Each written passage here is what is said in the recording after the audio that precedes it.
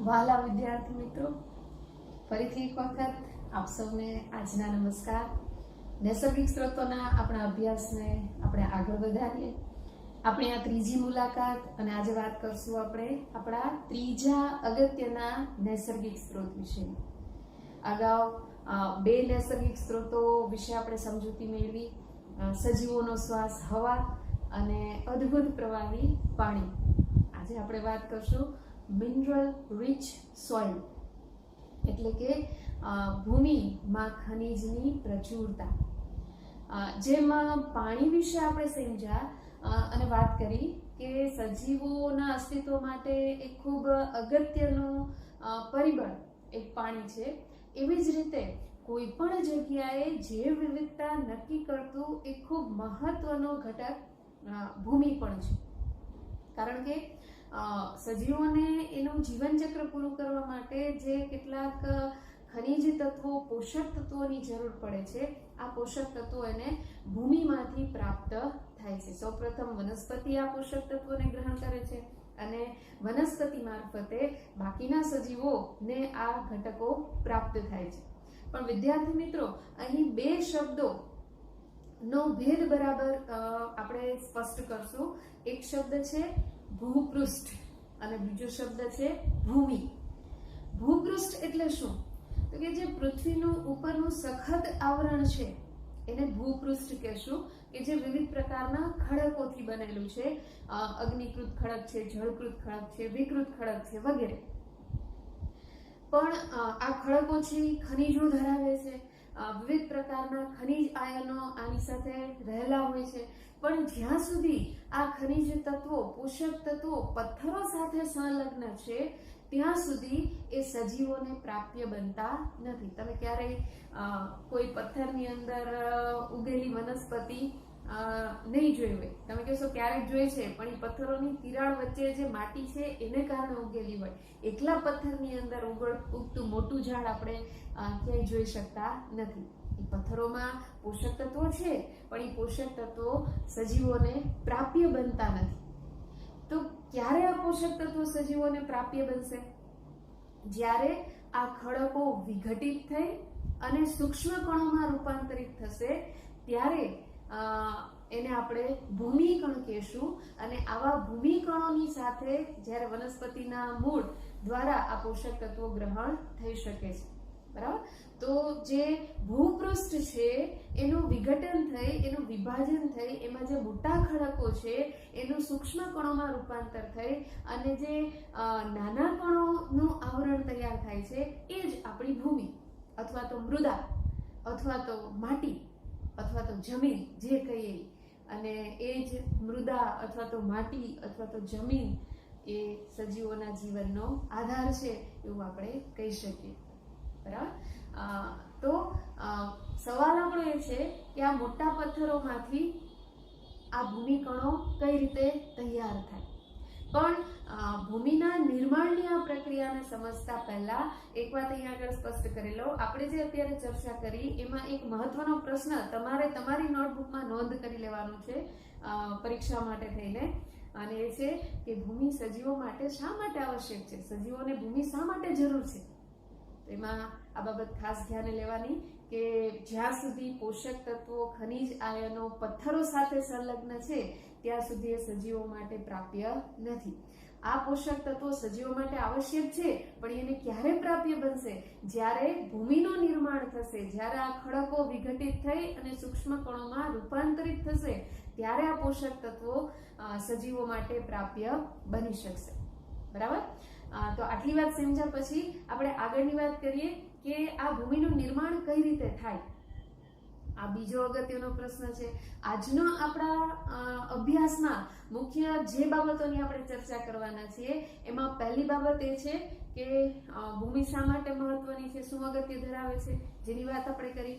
બીજી વાત કરશું આપણે ભૂમિના નિર્માણની પ્રક્રિયા, ભૂમિનું નિર્માણ કઈ રીતે થાય છે એની વાત અત્યારે આપણે કરશું. ત્યાર પછી ત્રીજી વાત આપણે કરશું કે આ ભૂમિનું બંધારણ કેવું હોય છે, એમાં શું શું છે. ચોથી વાત આપણે કરશું ભૂમિની ગુણવત્તાની. પાંચમી વાત આપણે કરશું ભૂમિના પ્રદૂષણ. આ બધા આપણા માટે સમજવા માટેના પણ અગત્યના મુદ્દાઓ છે અને આ દરેક મુદ્દાઓને આપણે પ્રશ્ન સ્વરૂપે પણ તૈયાર કરશું. બરાબર. તો વાત કરીએ આપણે ભૂમિના નિર્માણની. જો મિત્રો, આ કોઈ 5, 10, 15, 25, 50 કે 100-200 વર્ષોની પ્રક્રિયા નથી. લાખો વર્ષો સુધી ચાલતી ભૌતિક, રાસાયણિક અને જૈવિક પ્રક્રિયાઓને કારણે ભૂમિનું નિર્માણ થાય છે. તમારે એ વાતને સ્પષ્ટ કરવી હોય તો એક નાનકડો પ્રવૃત્તિ તમે કરી શકો. ફળિયામાંથી 2 પથ્થરો લેવાના, કાળા પથ્થર, અને 2 પથ્થરને ઘસવાના છે ધીરે ધીરે. નીચે એક મોટો રૂમાલ અથવા તો કાગળ રાખી દેવાનો અને એને ઘસતા ઘસતા ઘસતા એમાંથી નાના કણો છૂટા પડશે અને એવી 1 ચમચી રેતી તમારે તૈયાર કરવાની છે. અને એનો સમય નોંધજો કે 1 ચમચી રેતી તૈયાર કરવા માટે આપણે કેટલી વાર આને ઘસવાનું થયું, કેટલા સમય સુધી આ ઘસારો થાય ત્યારે 1 ચમચી રેતી તૈયાર થાય છે. પછી આ રેતી હજી ઘસાય ત્યારે માટી તૈયાર થાય. રેતીના કણો કરતા માટીના કણો સૂક્ષ્મ હોય. બરાબર. તો આ એક પ્રવૃત્તિ દ્વારા મારા ખ્યાલથી તમે સમજી શકશો કે આખી પૃથ્વી ઉપર આવી માટીનું આવરણ તૈયાર થતા કેટલો સમય લાગતો હોય. બરાબર. અને આ તમે જે ઘસવાની મહેનત કરો છો ને એ કામ કરે છે આપણા કુદરતના પરિબળો. મુખ્ય 4 પરિબળો છે. બરાબર, યાદ રાખજો. ભૂમિના નિર્માણમાં 4 પરિબળોની આપણે વાત કરશું. પહેલું છે સૂર્ય, બીજું છે પાણી, ત્રીજું છે પવન, ચોથું છે સજીવો. આ ચારેય દ્વારા થતી વિવિધ પ્રક્રિયાઓને કારણે ભૂમિનું નિર્માણ થાય છે. સૌથી પહેલા સૂર્યની વાત કરીએ તો દિવસ દરમિયાન જ્યારે સૂર્યપ્રકાશને કારણે ખડકો ગરમ થાય ત્યારે એનું વિસ્તરણ થાય. ભૌતિક વિજ્ઞાનનો આ નિયમ છે. કાંઈ પણ વસ્તુને ગરમ કરો એટલે એનું વિસ્તરણ થાય, ઠંડુ પડે ત્યારે એનું સંકોચન થાય. એટલે દિવસ દરમિયાન સૂર્યના તડકાને કારણે આ પથ્થરો ગરમ થશે. તમે આકૃતિમાં પણ જોઈ શકશો આને. પથ્થરો ગરમ થશે અને એ ફૂલશે, વિસ્તરણ પામશે. અને રાત્રિના જ્યારે સૂર્યપ્રકાશ નથી ત્યારે તાપમાન ઘટવાને કારણે એ ફરીથી ઠંડા પડશે અને એનું સંકોચન થશે. આવું સતત થઈ રાખશે, રોજ થશે, વિસ્તરણ થશે, સંકોચન થશે. અને આને કારણે આવા ખડકોમાં તિરાડો પડશે અને આમ પથ્થરોના વિઘટનની પ્રક્રિયાની શરૂઆત થશે. બરાબર. પછી આગળનું કામ પવન અને પાણી કરે છે. તો પાણી શું કરશે? તો વરસાદનું પાણી હોય કે નદીઓનું પાણી હોય કે કોઈ પણ રીતે આવા જે તિરાડયુક્ત પથ્થરો છે એની તિરાડોમાં પાણી ભરાય ત્યારે એ પાણી આ તિરાડોને વધારે પહોળી કરે. બરાબર. અને બીજી રીતે પણ પાણી આને તોડવાનું કામ કરે છે. જે વહેતું પાણી છે એ એના સતત ગતિશીલતાને કારણે, સતત વહેણને કારણે પથ્થરોને એક પ્રકારનો ઘસારો લગાડે છે અને એનું સૂક્ષ્મ કણોમાં રૂપાંતર કરે છે. આપણે ગામની નદીઓ પાસે આપણે બનતા કોતરો જોયેલા છે. નદીના તળિયે આવેલા પથ્થરોને લાગતો ઘસારો પણ આપણે જોયેલો હશે. તમે બધા તો મોટા ભાગે ખેતી સાથે અને ગ્રામ્ય વિસ્તારોમાં સંકળાયેલી બહેનો છો, આવું ક્યારેક ને ક્યારેક આપણે જોયું જ હશે. બરાબર. આમ પાણી છે એ 2 રીતે વિઘટનની પ્રક્રિયાને આગળ વધારે છે. એક તો જે પથ્થરોમાં તિરાડો છે એ તિરાડોને પહોળી કરે છે અને પથ્થરોને વધારે તોડવાનું કામ કરે છે. અને બીજું નદી, ઝરણા વગેરેનું ઉપરથી નીચે પડતું પાણી કે વહેતું પાણી છે એ આ પથ્થરોને ઘસારો લગાડી અને એને સૂક્ષ્મ કણોમાં ફેરવે છે એટલું જ નહીં, પણ એ પોતાના વહેણ સાથે આવા સૂક્ષ્મ કણોને એક જગ્યાએથી બીજી જગ્યાએ સ્થળાંતરિત કરે છે, પહોંચાડે છે. એટલે ખડકો ક્યાંક બીજો હોય પણ એમાંથી બનેલા સૂક્ષ્મ કણો કોઈ બીજી જગ્યાએ સ્થિર થાય અને ત્યાં જમીનનું, માટીનું નિર્માણ કરે, મૃદા તૈયાર કરે. આવું જ કામ પવન પણ કરે છે. સાથે આકૃતિઓનું અવલોકન કરતા જજો એટલે તમને ખ્યાલ આવશે. જેમ વહેતું પાણી ઘસારો કરે છે એવી રીતે વહેતી હવા એટલે કે પવન પણ ખાસ કરીને પર્વતીય વિસ્તારોમાં ખડકોને ઘસારો લગાડે છે અને એનું સૂક્ષ્મ કણોમાં રૂપાંતર કરે છે. અને આવા સૂક્ષ્મ કણોને પોતાની સાથે ઢસડી જાય છે અન્ય સ્થાનોએ. અને જ્યાં આ પવન સ્થિર થાય ત્યાં માટી કણો પણ સ્થિર થઈ અને જમીનનું નિર્માણ કરે છે. સજીવો પણ આ પ્રક્રિયામાં અગત્યનો ભાગ ભજવે છે. લાઇકેન જેવા કેટલાક સજીવો, એક વિશિષ્ટ રચના છે, લીલ અને ફૂગનું સહજીવન છે લાઇકેન, જેમાં ફૂગ છે એ લીલના વિકાસ માટે બેઝ આપે અને લીલ છે એ પ્રકાશ સંશ્લેષણ કરી શકે અને ખોરાક તૈયાર કરે, અને એ રીતે એ સહજીવનમાં બંને પ્રકારના સજીવો સાથે વસવાટ કરે અને લાઇકેન કહેવાય. તો આવી લાઇકેન છે એ પથ્થરો ઉપર વિકાસ પામી શકે, જેનું ચિત્ર તમારી સામે છે. તો પથ્થરો ઉપર જ્યારે આવા લાઇકેન જેવા સજીવો વિકાસ પામે ત્યારે એના જીવન ચક્ર દરમિયાન, કેમ કે આ સજીવો પણ કોષોના બનેલા છે અને કોષો અનેક પ્રકારના રસાયણો ધરાવે છે અને એની જૈવિક ક્રિયા દરમિયાન કેટલાક રસાયણો મુક્ત પણ કરે છે. આમ આવું લાઇકેન જ્યારે એનું જીવન ચક્ર પૂરું કરશે ત્યારે એ કેટલાક રસાયણો મુક્ત કરશે અને આવા રસાયણો પથ્થરના વિઘટનની પ્રક્રિયાને એનું સૂક્ષ્મ કણોમાં રૂપાંતર કરશે. પછી આવા વિઘટિત થયેલા સૂક્ષ્મ કણો પર મોસ નામની કેટલીક નાની વનસ્પતિઓનો વિકાસ થઈ શકે. એનું પણ ચિત્ર છે તમારી સામે. અને એ આ વિઘટનની પ્રક્રિયાને આગળ વધારશે, એને પથ્થરોને વધારે નાના કણોમાં રૂપાંતરિત કરવાનું કાર્ય કરશે. એવી જ રીતે આગળ જતા કેટલીક વનસ્પતિના મૂળ, વૃક્ષોના મૂળ જ્યારે આવા તિરાડયુક્ત પથ્થરોમાં દાખલ થાય તો એ પણ પથ્થરોને તોડવાની પ્રક્રિયાને આગળ વધારે છે. આમ સૂર્ય દ્વારા, પાણી દ્વારા, પવન દ્વારા અને સજીવો દ્વારા થતી કેટલીક પ્રક્રિયાઓ દ્વારા મોટા પથ્થરો છે એ ક્રમશઃ નાના કણોમાં રૂપાંતરિત થઈ અને છેવટે મૃદા એટલે કે ભૂમિનું નિર્માણ કરે છે. અને અગાઉ આપણે વાત કરી એમ વિદ્યાર્થી મિત્રો, આ કોઈ 25, 50, 100, 200 વર્ષની પ્રક્રિયા નથી, પણ લાખો કરોડો વર્ષો સુધી આવી પ્રક્રિયાઓ ચાલતી રહે, જેમાં ભૌતિક પ્રક્રિયાઓ, રાસાયણિક પ્રક્રિયાઓ, જૈવિક પ્રક્રિયાઓ સામેલ છે. અને એને કારણે પૃથ્વીની સપાટી ઉપર આખું આ ભૂમિનું આવરણ તૈયાર થાય છે કે જે સજીવો માટે જરૂરી પોષક તત્વોથી સભર હોય છે અને આ પોષક તત્વો સજીવોને પ્રાપ્ય બને છે. ખાસ કરી અને વનસ્પતિ દ્વારા આવા પોષક તત્વો મૂળ દ્વારા શોષાય છે અને વનસ્પતિ દ્વારા એ અન્ય શાકાહારી, માંસાહારી જીવોને પ્રાપ્ય બને છે. બરાબર? તો બે વાત આપણે કરી, ભૂમિની અગત્યતા અને ભૂમિનું નિર્માણ.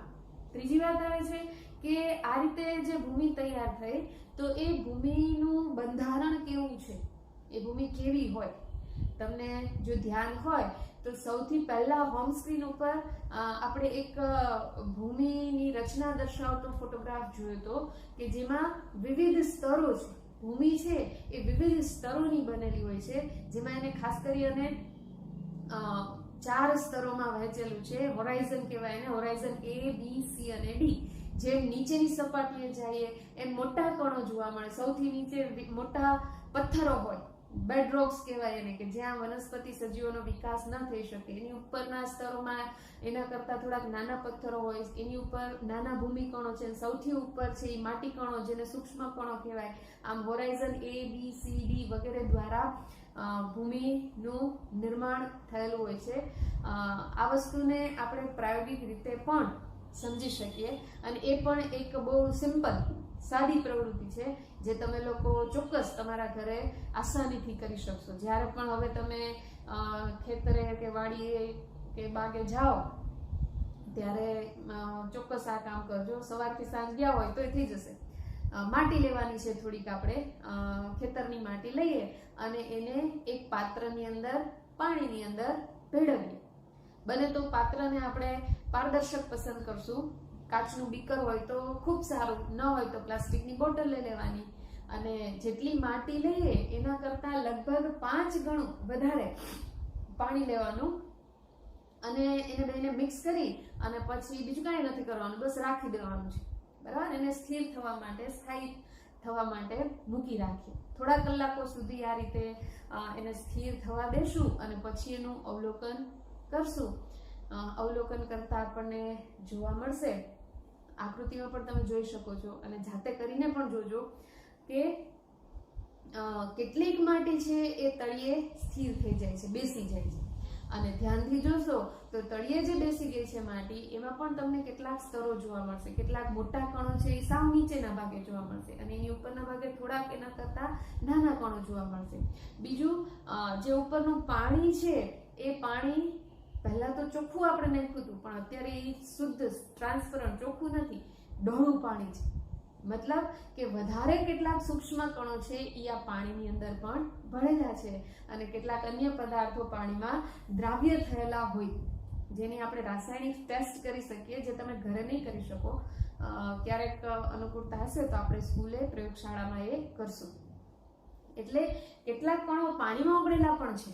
અને ત્રીજી વસ્તુ કે પાણીની ઉપર તરતી પણ કેટલીક વસ્તુઓને તમે જોઈ શકશો.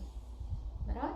તો આના આધારે એક બાબત તો સ્પષ્ટ થાય છે કે ભૂમિ છે એ વિવિધ પ્રકારના કણોનું મિશ્રણ છે અને એના વિવિધ સ્તરો હોય છે. આ કણો કેટલા પ્રમાણમાં, કયા પ્રકારના કણો કેટલા પ્રમાણમાં ભૂમિની અંદર છે એના આધારે ભૂમિનો પ્રકાર નક્કી થાય. આ ભૂમિના પ્રકારો વિશે તમે અગાઉના ધોરણમાં ભણી ગયા છો, એનો આપણે અહીંયા આગળ ડિટેલમાં અભ્યાસ કરવાનો નથી. પણ આમાં જે બે અગત્યના ઘટકો રહેલા છે એ ઘટકો વિશેની આપણે વાત કરવાની છે. જે ઉપર તરતા પદાર્થો જે છે એને કહેવામાં આવે છે હ્યુમસ. માટીને પાણીની અંદર રાખી હલાવી અને સ્થિર થવા દેશો તો કેટલાક ફોરા પદાર્થો કે જે પાણીમાં તરતા રહેશે એ છે હ્યુમસ. હવે કદાચ તમારા માટે નવું નામ હશે કે આ શું છે આ હ્યુમસ. તો હ્યુમસ નો સાદો અર્થ લઈએ તો એનો અર્થ થાય છે સડતા કાર્બનિક પદાર્થો.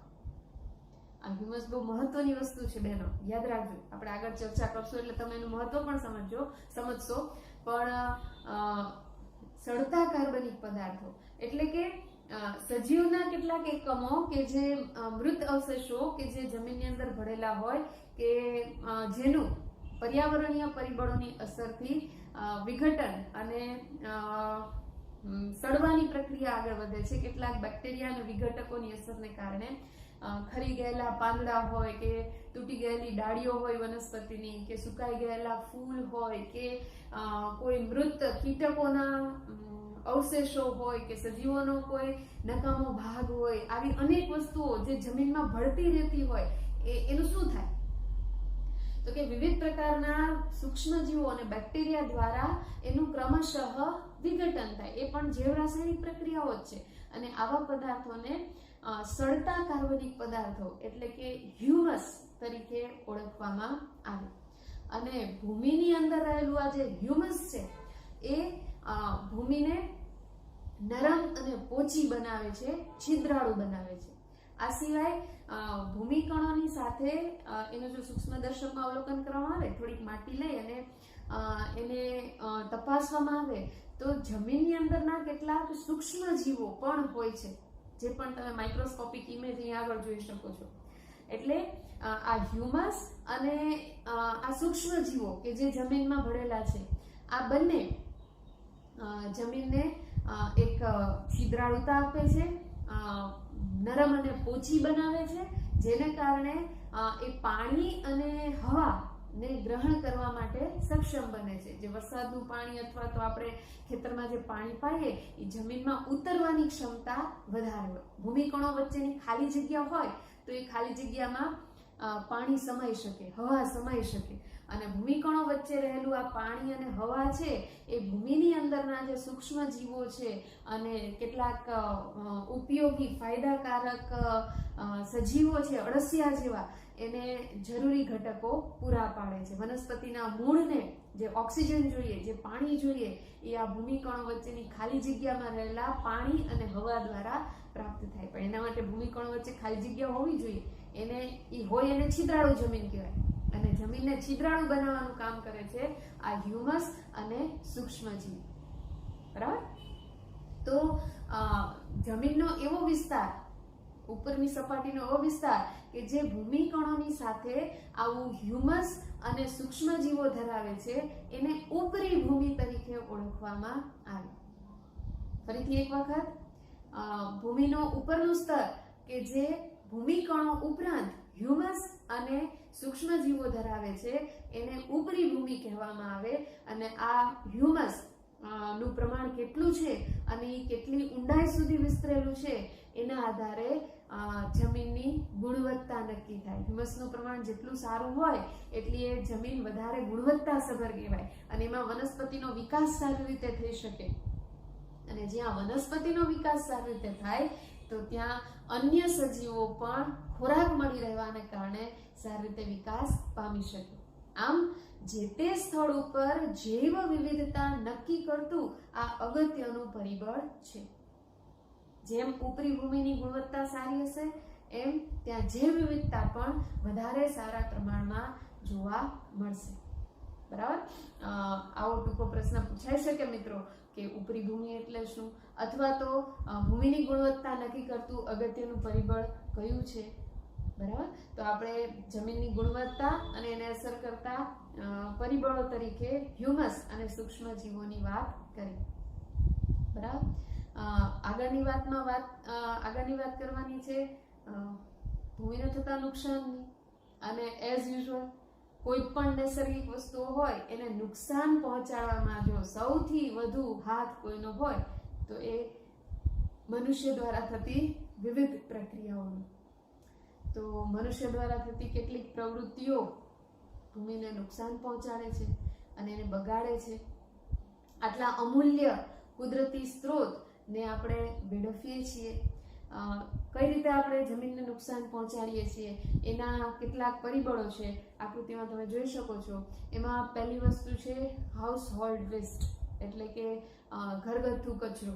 આપણી વિવિધ દૈનિક પ્રક્રિયાઓ દ્વારા જે કચરો ઉત્પન્ન થાય એ કચરાના નિકાલ માટેની યોગ્ય પદ્ધતિઓ ન હોવાને કારણે આપણે જમીનને નુકસાન કરીએ છીએ. આપણે તો આપણા ઘરમાંથી કચરો છે એ ચાલો ડસ્ટબિનમાં નાખી દીધો અને ડસ્ટબિનનું પછી શું થાય તો કે એનો નિકાલ કરવાની, એની વ્યવસ્થા કરવાનું કામ આપણા ગામની નગરપાલિકા કે મહાનગરપાલિકા દ્વારા થતું હોય. એ દરેક ઘરમાંથી ભેગો થયેલો આવો કચરો અથવા તો આવો ઉદ્યોગોનો કોઈ કચરો હોય, આ બધો કચરો એનો નિકાલ શું કરવાનો? તો મોટાભાગે એના માટે ગામની બહાર જે નિર્જન સ્થાન છે ત્યાં એક ડમ્પ એરિયા નક્કી કરવામાં આવે.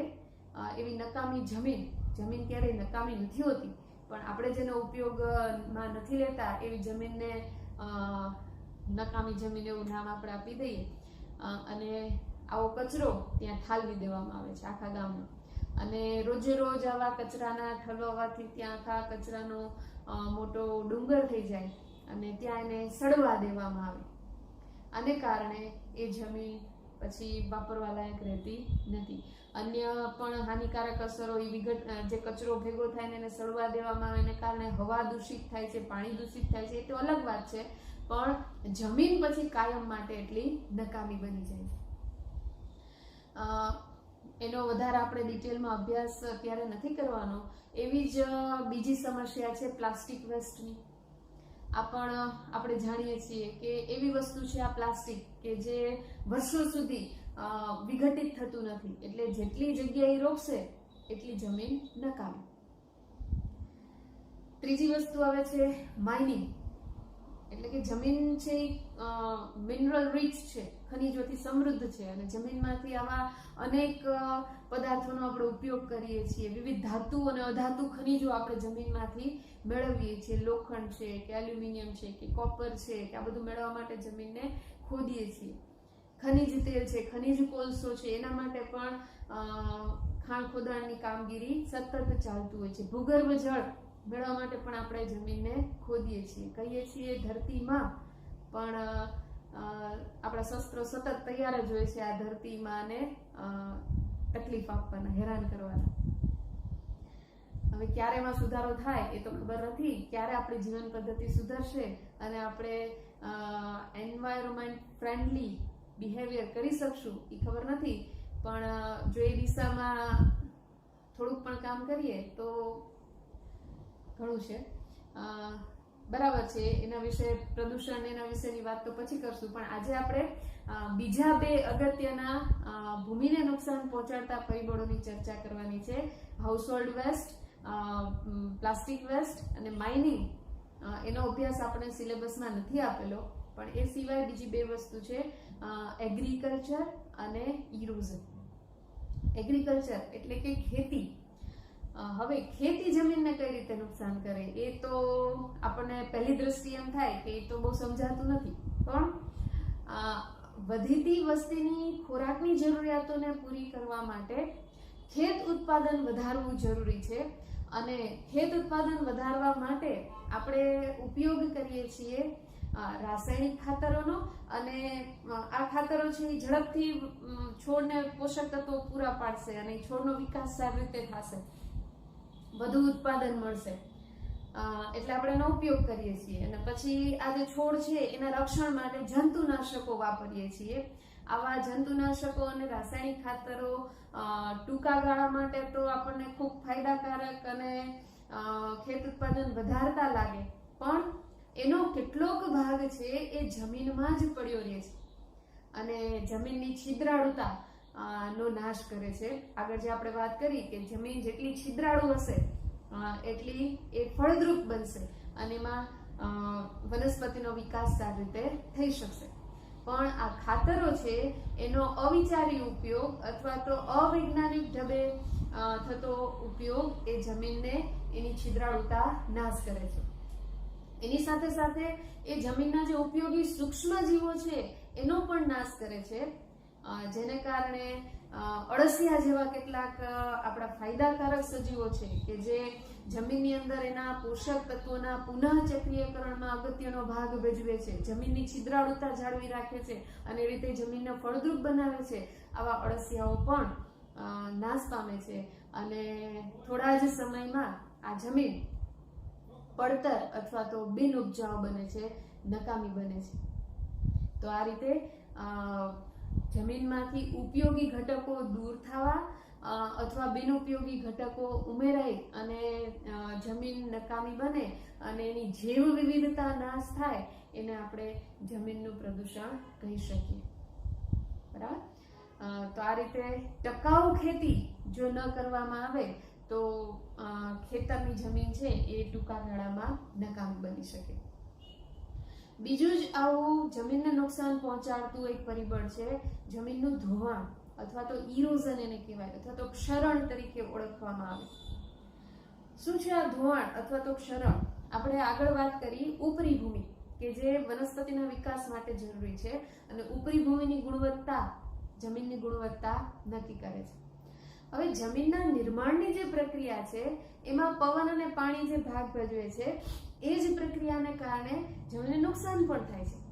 પવન વહેતું પાણી અને વહેતી હવા એ પોતાની સાથે ભૂમિકણોને ઢસડી જાય. હવે એક જગ્યાએથી આવા ભૂમિના કણો છે પવન અને પાણી સાથે ઢસડાય અને અન્ય જગ્યાએ સ્થળાંતરિત થાય અને કઠણ પથ્થર બહાર આવે. ટૂંકમાં ઉપરી ભૂમિને મોટા પાયે નુકસાન થાય અને એ સ્તર સંપૂર્ણ દૂર થાય તો એ પ્રક્રિયાને આપણે ભૂમિનું ક્ષરણ કહીએ. બરાબર. અને તો ભૂમિના નિર્માણની પ્રક્રિયા છે તો એ તો ચાલતું જ રહે. તો આ ક્ષરણ એક વખત ત્યાં ઉપરી ભૂમિ દૂર થાય પછી ત્યાં વનસ્પતિ વિકાસ પામી શકે નહીં અને એટલે જૈવ વિવિધતાનો નાશ થાય, એ ભૂમિને નુકસાન થયું કહેવાય. તો આ નુકસાનથી આપણે કઈ રીતે બચાવી શકીએ આપણી ભૂમિને? એના માટે એક બહુ સુંદર મજાની પ્રવૃત્તિ તમને પાઠ્યપુસ્તકમાં આપેલી છે અને એ પ્રવૃત્તિ પણ તમે તમારા ઘરે રહીને કરી શકો એવી છે. તો મને આશા છે કે તમે બધા આને ટ્રાય કરશો. આકૃતિમાં પણ તમે જોઈ શકો છો અને આપણે એને સમજી પણ લઈએ શું કરવાનું છે. બે ટ્રે લેવાની છે. અહીંયા બે પ્લાસ્ટિક બોટલને કાપી લીધેલી છે. આપણે ટ્રે લેશું અથવા કોઈ પણ પાત્ર લઈ શકીએ. આ બે ટ્રે ટૂંકમાં ફ્લેટ હોય તો વધારે સારું.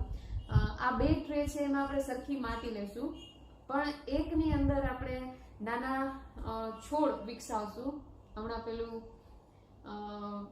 તમે લોકો કરતા હો છો ને મોડા વ્રત ને જયા પાર્વતી ને એમાં આપણે જવારા વાવીએ, એવી રીતે એક ટ્રે છે એમાં થોડા ઘઉં ને મગ ને એના દાણા નાખી દેશો અને 2-3 દિવસ રહેવા દેશો એટલે એમાંથી એના પોટા ફૂટશે અને નાના છોડ તૈયાર થઈ જશે.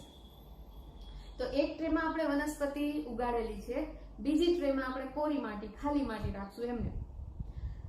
અને પછી જ્યારે એકમાં સરસ નાના છોડ તૈયાર થઈ જાય પછી આ બંને ટ્રેને થોડીક સ્લાન્ટ થોડીક ઢાળવાળી રાખી અને બેયમાં આપણે પાણી નાખશું ફુવારાથી કુંડાને પાણી પાવાનો ફુવારો હોય એનાથી આપણે બંને ટ્રેમાં પાણી ઉમેરશું. તો અને નીચે જે પાણી બહાર નીકળે છે એનું અવલોકન કરશું. અવલોકન કરતા આપણે સ્પષ્ટ જોઈ શકશું કે જે છોડ ઉગાડેલું પાત્ર છે એમાં પાણી જે બહાર આવે છે તો બહાર આવતું પાણી પ્રમાણમાં ચોખ્ખું હોય છે, એમાં સાથે ઢસડાઈ આવેલા માટી કણોનું પ્રમાણ ઓછું છે. જ્યારે ખુલ્લી જમીન છે, છોડ વગરની, વનસ્પતિ વગરની જમીન છે, એમાં જ્યારે તમે ઉપરથી પાણી રેડો છો અને પાણી પાછું બહાર આવે છે તો એ પાણી પોતાની સાથે મોટા પ્રમાણમાં માટી કણોને ઢસડી લાવે છે. એટલે કે જ્યાં છોડ ઉગાડેલા છે ત્યાં ભૂમિનું ધોવાણ ઓછું થાય છે, જે ખુલ્લી જમીન છે, છોડ નથી, ત્યાં ભૂમિનું ધોવાણ વધારે થાય છે. અને આનું શું કારણ છે? શા માટે આવું થયું? કારણ કે વનસ્પતિના મૂળ છે એ જમીનને બાંધી રાખવાનું, ભૂમિકણોને જકડી રાખવાનું કામ કરે છે અને ભૂમિના ધોવાણને અટકાવે છે. અને બીજી ટ્રેમાં તો આ છે જ નહીં, મૂળ જ નથી, એટલે એની વચ્ચેનું જે જોડાણ છે, જેને બાંધી રાખવાનું કામ છે, એ નહીં થાય. પરિણામે એ વહેતા પાણી સાથે ભૂમિકણો સરળતાથી ઢસડાઈ આવશે. કુદરતમાં પણ આવું થાય છે કે જે ખુલ્લી જમીન છે એ પવન અને પાણીથી વધારે ઘસારો અનુભવે છે, પણ જે વનસ્પતિથી ઢંકાયેલી છે, જ્યાં વધુ પ્રમાણમાં છોડ છે, વૃક્ષો છે, આવી જમીનનું ધોવાણ ઓછું થાય છે. વરસાદના પાણીથી કે ફૂંકાતા પવનથી આવી જમીન છે એ થોડીક સુરક્ષિત રહે છે. તમને પર્વતીય વિસ્તારનું એમાં સમસ્યા વધારે થાય, કેમ કે એક તો ઢોળાવાળી જમીન મળીને ઉપરથી નીચે વહેતું પાણી હોય અને ગુરુત્વાકર્ષણ પણ અસર કરે છે, તો વધુ સરળતાથી ભૂમિનું ધોવાણ થાય અને પછી આવી જમીન નકામી બને. તો ચિત્રમાં આપણે એ પણ જોઈ શકીએ છીએ કે જે લીલો ભાગ છે, વનસ્પતિ વાળો ભાગ છે, એનું ધોવાણ નથી થયું, પણ જ્યાં છોડ નથી, વનસ્પતિ નથી, એ વિસ્તાર વધારે ક્ષરણ પામ્યો છે. બરાબર? તો ક્ષરણને અટકાવવા માટે એક મહત્વનું પરિબળ છે વનસ્પતિનો વિકાસ. આપણે જે તે જગ્યાએ જો ખુલ્લી જમીન ન છોડીએ અને ત્યાં કોઈને કોઈ પ્રકારની વનસ્પતિ વિકસાવીએ તો એ જમીનના ક્ષરણને, એના ધોવાણને આપણે ઓછું કરી શકીએ, અટકાવી શકીએ અને આવા અમૂલ્ય સ્ત્રોતને બચાવી શકીએ. તો મિત્રો, જે જંગલોનો નાશ થાય છે, વૃક્ષો કપાય છે, એનાથી પર્યાવરણને તો નુકસાન થાય જ છે. ઓક્સિજન, કાર્બન ડાયોક્સાઇડ ચક્ર ખોરવાય છે. પછી જૈવ વિવિધતા, જે જંગલોમાં વસતા સજીવો છે એને વસવાટની ખામી ઊભી થાય છે અને એને કારણે જૈવ વિવિધતાને નુકસાન થાય છે. એ તો છે જ, પણ એની સાથે આ ત્રીજી વસ્તુ પણ સામેલ છે કે વૃક્ષો ઘટવાને કારણે ભૂમિના નૈસર્ગિક સ્ત્રોતને પણ હાનિ પહોંચે છે. અને જો ભૂમિ જ નહીં હોય તો આપણે કેમ રહેશું? એટલે આ બધા સ્ત્રોતોને બચાવવા જરૂરી છે. બરાબર? તો નૈસર્ગિક સ્ત્રોત ભૂમિ વિશે આપણા અભ્યાસમાં જે બાબતો આપણને આપેલી છે એની આપણે ચર્ચા કરી. ઇન્ટેક્સ પ્રશ્નમાં બે મહત્વના પ્રશ્ન તમને આપેલા છે. એક તો ભૂમિનું નિર્માણ કઈ રીતે થાય છે એની ટૂંક નોંધ, અને બીજું ભૂમિનું ક્ષરણ એટલે શું અને ક્ષરણને અટકાવવાના ઉપાયો. આ બે પ્રશ્નો ટેક્સ્ટમાં આપેલા છે, પણ એ સિવાય બાકીના મુદ્દા જેની આપણે ચર્ચા કરી એ મેં તમને અહીંયા નોંધી આપેલા છે, જેની આપણે આપણી નોટબુકમાં નોંધ કરશું. અને વિદ્યાર્થી મિત્રો, વિજ્ઞાનનો પીરિયડ જ્યારે તમે લેક્ચર જોતા હો ત્યારે શક્ય હોય તો પાઠ્યપુસ્તક તમારી પાસે અવેલેબલ હોય તો સાથે લઈને જ બેસવાનું, કેમ કે એમાં જે મહત્વની બાબતો લેક્ચર દરમિયાન હું કહું એને તમે અંડરલાઈન કરી શકો. અને ઇનકેસ પાઠ્યપુસ્તક નથી તો નોટબુક ને પેન તો સાથે રાખવાની જ, અને જે મહત્વના મુદ્દા છે એને નોંધતું જવાનું, કે જે આપણે અભ્યાસ માટે પણ જરૂરી છે અને પરીક્ષાની તૈયારીમાં પણ આપણને કામ લાગે. તો આપણે સૌથી પહેલા વાત કરી ભૂમિની અગત્યતા, શા માટે સજીવો માટે આવશ્યક છે ભૂમિનું નિર્માણ.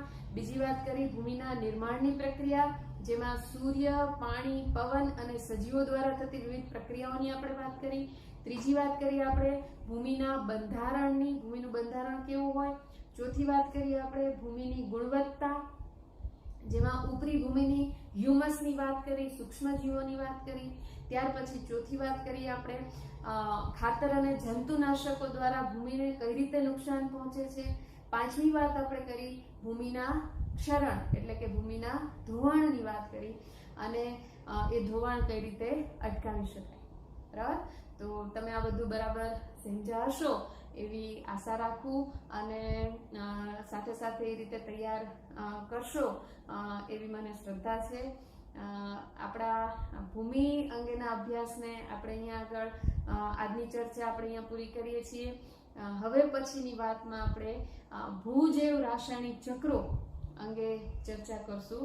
આપણા કોર્સની અંદર 4 ચક્રોનો અભ્યાસ આપેલો છે જે ક્રમિક રીતે આપણે શીખીશું. ત્યાં સુધી આવજો.